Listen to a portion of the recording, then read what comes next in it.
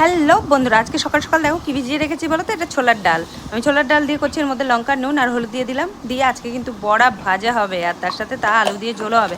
তো নকলদানা দিয়ে দিয়েছিলাম খালিটা মিষ্টির জন্য। আর এই দেখো জল দিয়ে নি বলে আধখাচা হয়েছে। তারপরে আবার জল দিয়ে যেই না ঘুরটা দিয়েছে একদম নিপুষ পুরো হয়ে গেছে। বাটির মধ্যে পট করে ঢেলে নিলাম। আস্তে আস্তে ঢেলে নিয়ে এবার কড়াই আগুন জ্বালিয়ে কড়াই বসিয়ে দিয়ে এর মধ্যে ছোট্ট ছোট্ট করে বড়াগুলো দেবো, যাতে এপিট ওপিট ভালো করে উল্টে ভেজে নেবো। আর কিন্তু গ্যাসের ফ্লেমটাকে কিন্তু লোই রাখতে হবে। তারপরে দেখো 3-4টে বড়া এমনি এমনি শুধুই খেয়ে নিলাম, যা দুর্দান্ত লাগলো। তারপরে ওই তেলের মধ্যে কালো জিরে, তেজপাতা, শুকনো লঙ্কা দিয়ে আলু দিয়ে একটু হলুদ দিয়ে ভালো করে আলুটাকে ভেজে এই আজকের খাওয়া হয়েই যেত, কড়াই উল্টে হয়ে গেল।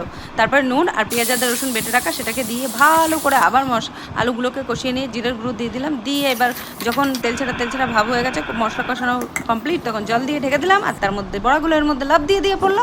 আর রেডি হয়ে গেল আমার দুপুরের লাঞ্চ, গরম গরম ছোলার ডালের বড়ার তরকারি।